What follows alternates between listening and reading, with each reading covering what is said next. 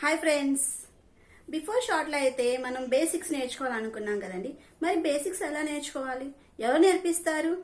ఏమి లేదండి, మనం వర్ణమాల తీసుకొని ఆ నుంచి జ్ఞా వరకు ఒక 10 days ప్రాక్టీస్ చేస్తూ ఉంటే ఏ లెటర్ అయినా సరే ఐడెంటిఫికేషన్ అంటూ ఉంటే గుర్తుపడితే చాలు, మీరు చక్కగా చదవటం రాయటం వచ్చేస్తుంది.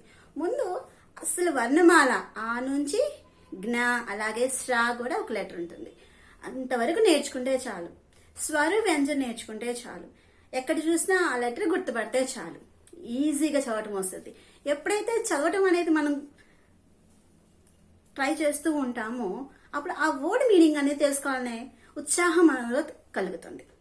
అప్పుడు చక్కగా ఏ వర్డ్ మీనింగ్ ఆ వర్డ్ మనం ఎట్లాగైనా నేర్చుకోవచ్చు. ఫస్ట్ బేసిక్స్ అనేది రావాలి. వర్ణమాల అనేది వస్తే చాలా ఈజీ అవుతుంది.